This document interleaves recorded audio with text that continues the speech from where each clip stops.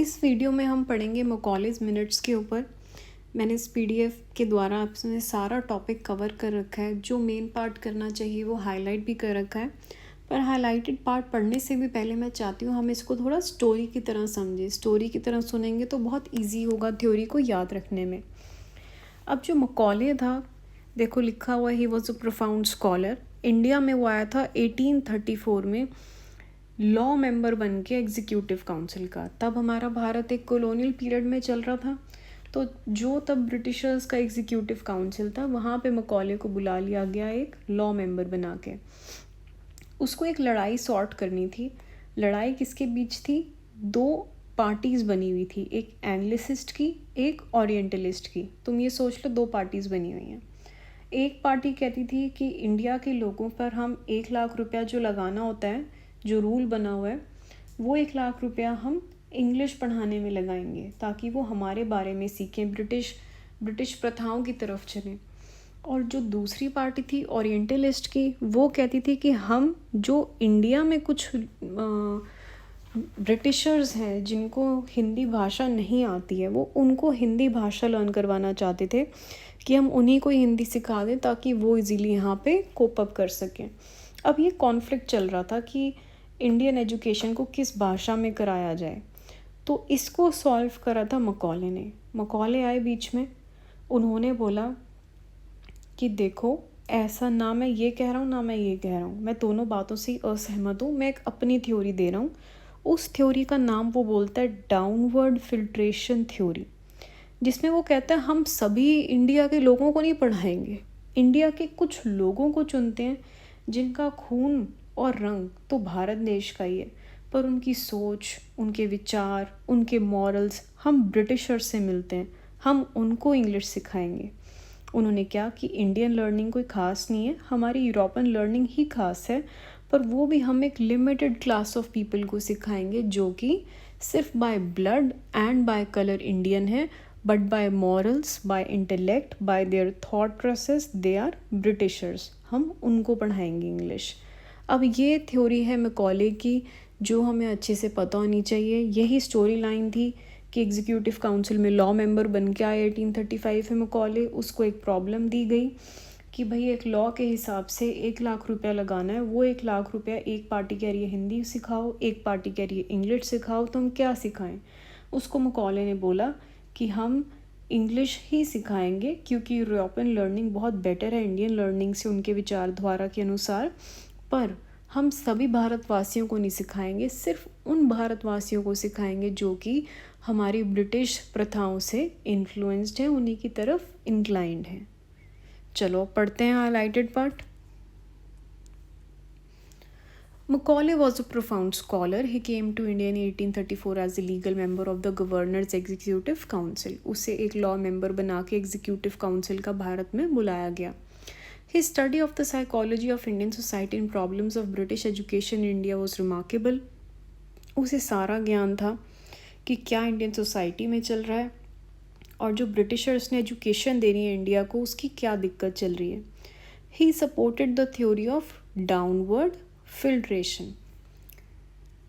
ये रहा word downward filtration, मैंने उसको कट ही कर दिया, कट नहीं करना है, ठीक है। 1 मिनट। चलो, अब डाउनवर्ड फिल्ट्रेशन थ्योरी क्या कहती है, वी मस्ट से पढ़ेंगे। We must at present do our best to form a class who may be interpreters between us and the millions whom we govern, a class of persons Indian in blood and color but English in taste, in opinions, in morals and in intellect। ये line मकॉले बोल रहा है कि at present हमें ये करना चाहिए कि हम एक क्लास ऑफ पीपल निकालें जो कि सिर्फ इंडियन अपने कलर से हों, अपने ब्लड से हों, बट उनकी सारी विचारधारणाएं, उनकी ओपिनियन सब ब्रिटिश के हिसाब से हों। अभी जो मकॉले ने करा, ये उसने कुछ अपने हमारे भारतवासियों के फ़ायदे के लिए नहीं करा, उसने अपने फ़ायदे के लिए करा। पढ़ो। The purpose was not to promote socio economic और cultural development of the people of India, rather to produce low cost man power to run the British factories in India. उन्होंने ये इसलिए करा ताकि जब उन भारतवासियों को वो इंग्लिश पढ़ा दें तो वो उल्टा उन्हीं के लिए काम कर सकें, उन्हीं के लिए वो सस्ती लेबर की तरह वहाँ पे काम करें। इसमें भी उनका अपना ही मकसद उन्होंने पूरा करा।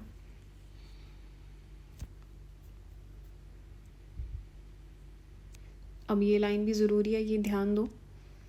मकॉले ने क्या इशू सॉल्व करा था? He addressed the issues involved in the controversy between the Orientalist and the Anglicist, and Section 43 of the Charter Act 1913 is own way. Charter Act 1913 क्या था? ये 1913 गलती से लिखा हुआ है, I think it is 1813। Charter act 1813 ये कहता था कि भारतवासियों पर 1,00,000 रुपया लगेगा अंडर क्लॉज 43 भारतवासियों की एजुकेशन के लिए। पर दो पार्टीज़ बन गई, जो कि थी एक ओरिएंटलिस्ट की और दूसरी थी एंग्लिसिस्ट की। ओरिएंटलिस्ट कहते थे कि जो ब्रिटिशर्स इंडिया में हैं, जो ब्रिटिशर्स इंडियन हैं, उन्हें हिंदी सिखाई जाए। दूसरी तरफ एंग्लिसिस्ट कहते थे नहीं भाई, भारतवासियों को इंग्लिश सिखाई जाए ताकि वो क्रिश्चियनिटी की तरफ बढ़ें, ताकि उनको ब्रिटिशर्स का सब ट्रेडिशंस पता चलें, ताकि वो रैशनल थिंकिंग डेवलप कर सकें उनके हिसाब से। तो ये प्रॉब्लम सॉल्व करने आया था मकॉले। Macaulay's Minute became a major guideline for future education in India under the British rule. The plan proposed by him was not only endorsed by the government but also widely accepted by enlightened Indians. Therefore, it is considered as an important landmark in the history of Indian education. इसमें वो बता रहा है कि भाई जो मकॉले ने करा ये काफ़ी एक बड़ा बदलाव था इंडिया के लिए, एक बहुत ही लैंडमार्क हिस्ट्री वाली बात है, और भारतीयों ने ये खुद भी बहुत खुशी खुशी इस प्लान को अपनाया। देखो इसमें भी हाईलाइट कर रखा है जो बहुत इम्पॉर्टेंट है। ये देखो आपको इस पीडीएफ में सारा मैटर मिल रहा है, आप स्क्रीनशॉट कर सकते हो, पर उसमें भी जो इम्पॉर्टेंट है, जो आपको पेपर से एक दिन पहले बस रीड करना हो, मेन पॉइंट्स एमसीक्यू क्या आएंगे या लंबा मैटर बीएड में क्या लिखना हो, वो आप यहाँ से लिख सकते हो, ठीक है। क्योंकि कभी कभी क्या होता है, हमारे पास गत्थे होते हैं नोट्स के, बुक्स के, पर हमें यही नहीं पता होता यार मेन पॉइंट क्या करना है, आंसर के लिए हम कितना लिखें, तो इसीलिए वो हाईलाइटेड पॉइंट्स मैं आपको पढ़वा रही हूँ। अब पढ़ते हैं। Clause 43 of the charter act of 1813 stated, अभी नीचे इतना बड़ा पैराग्राफ लर्न करने की कोई ज़रूरत नहीं है, इट शैल बी से लेके प्रोवाइडेड तक सीधा लिखो। It stated a sum of not less than 1,00,000 of rupees in each year shall be set apart and applied to the revival and improvement of literature and the encouragement। Plus यही मतलब कि जो charter act था 43 clause के अंदर, उसमें 1,00,000 रुपये Indian education पे लगना है, तो वो क्या करें। अब चार्टर एक्ट ने क्या करा, मेथड ढंग से नहीं बताया कि आप, एक मिनट यार, कि आप कौन सा मेथड अपनाएं। The Charter Act of 1813 did not specify the methods। उस चार्टर एक्ट 1813 में ढंग से कुछ बताया ही नहीं हुआ था कि क्या करना है, बिल्कुल वेग था। The vagueness of clause 43 of the Charter Act 1830 intensified the Oriental Occidental's educational controversy in India। ये आप सिंपल भी लिख सकते हो कि चार्टर एक्ट से बहुत कंट्रोवर्सी हो गई थी, इशू हो गया था, प्रॉब्लम हो गया था, एजुकेशन से जुड़ा हुआ कंट्रोवर्सी बन गई थी। Since the dawns of 19th century, there had emerged two groups among the officials of the company। आपको मैंने अभी बता ही दिया वीडियो में कि दो ग्रुप बन गए थे, एक था ओरिएंटलिस्ट का, दूसरा था एंग्लिसिस्ट का।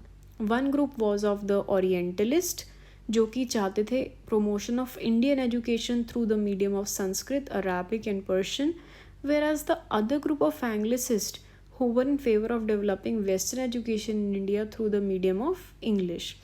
उस पर मैकले ने बोला कि आज के टाइम में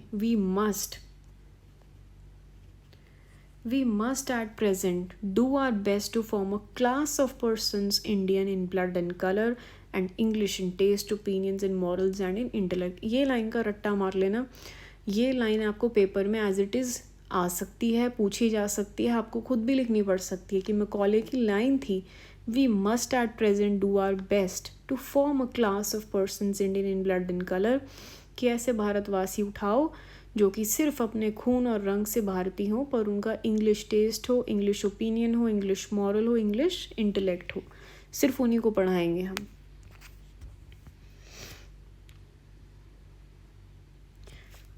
मकॉले arguments in favour of English. Macaulay की ऐसी क्या बातें थी जो उसकी बात को सब्सटैंशियल बना रही थी कि हाँ इंग्लिश ही पढ़ाओ। पढ़ लो। Number 1, it is the key to modern knowledge and it is therefore more useful, कि वो मॉडर्न लैंग्वेज है। इंग्लिश एक रूलिंग क्लास लैंग्वेज बन जाएगी, ठीक है, उनको हेल्प करेगी, जैसे कि रेनेसेंस ले आएगी इंडिया में, जस्ट एज ग्रीक और लैटिन्स डिड इन इंग्लैंड, और just as the languages of Western Europe in civilised Russia. जो नेटिव्स हैं are desirous of being taught English and are not eager to learn Sanskrit और Arabic. हमारे अपने ही भारतीय तब जोश में थे इंग्लिश सीखने के लिए और अपनी भाषा को आगे नहीं बढ़ा रहे थे। It is possible to make the natives of this country good English scholars, कि आप उनको अच्छा बना सकते हो, या आप अपनी तरफ से भी पता है सोच के लिख सकते हो कि उन ब्रिटिशर्स का फ़ायदा हो रहा था, वो उनको अपनी चीप लेबर में यूज़ कर रहे थे, वो वेस्टर्न कल्चर प्रमोट कर रहे थे, प्रोपोगेट कर रहे थे, ठीक है, इंडिया में वापस वो रेनेसेंस ला रहे थे जैसे कि बाकी जगहों पे लाया हुआ था। भारतीय खुद भी इंग्लिश सीखना चाहते थे। इस तरीके से आप लिख सकते हैं। अब इसके मेरिट्स क्या हैं मकॉले के? A clear cut picture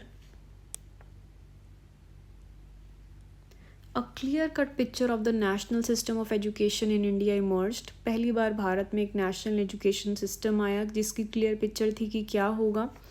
system was very helpful in promoting the objectives which was plan. English schools बन गए, इंग्लिश मीडियम इंस्ट्रक्शन शुरू हो गया, मतलब कि टीचर जिस भाषा में पढ़ा रहा है वो भी इंग्लिश होगी। वेस्टर्न आर्ट्स और साइंस आ गए, फिल्ट्रेशन थ्योरी एजुकेशन की बढ़ गई। अब यहीं अगर हम डीमेरिट्स पढ़ें तो ऑब्वियसली ये तो हमें पता ही है, हमारा इंडियन कल्चर नीचे जाता रहा। वर्नैक्युलर लैंग्वेज क्या होती है? हमारी मदर टंग। हमारी मदर टंग जो हिंदी थी, इन सालों ने जो अपना इंग्लिश पढ़ानी शुरू कर दी उसकी वजह से वो निगलेक्ट हो गई। मास एजुकेशन निगलेक्ट हो गया क्योंकि तो एक लिमिटेड क्लास ऑफ पीपल को पढ़ा चुके। वेस्टर्न कल्चर बहुत तेज़ी से हमारे भारत में बढ़ गया। अरेबिक और संस्कृत भाषा बहुत ही कम लोगों ने लेनी शुरू करी। अरेबिक मकताब्स इन संस्कृत पाठशालास उनकी वो धीरे धीरे कम होती गई। मतलब हमारा इंडिया का तो मातृभाषा, हमारी इंडिया के स्कूल्स, हमारी इंडिया की अपनी नेटिव लैंग्वेज, हमारा कल्चर सब धीरे धीरे नीचे जाता गया। रिकमेंडेशंस, मकॉले ने क्या रिकमेंड करा? भाई यूरोपियन लिटरेचर पढ़ाओ, प्रमोशन करो उसकी among the natives of India. Second, abolition of native colleges और स्कूल्स की, जो हमारे पहले से स्कूल्स बने हुए हैं जो अरेबिक संस्कृत पर्शियन सिखा रहे हैं उनको धीरे धीरे अबॉलिश करो, हटाओ। स्टॉपिंग ऑफ फाइनेंशियल हेल्प कर दो ताकि ये बिल्कुल ही डिपेंडेंट हो जाए इंडियन इंग्लिश भाषा के ऊपर। English as a medium of education बना दो ताकि वो वही उनके पिल्ले बन जाए, उनकी मदद करे, उनकी लेबर बने। employed in imparting to the native population a knowledge of English literature and science through the medium of the English language। सब कुछ उनका भला हो, हमारा सब नीचे जाता गया।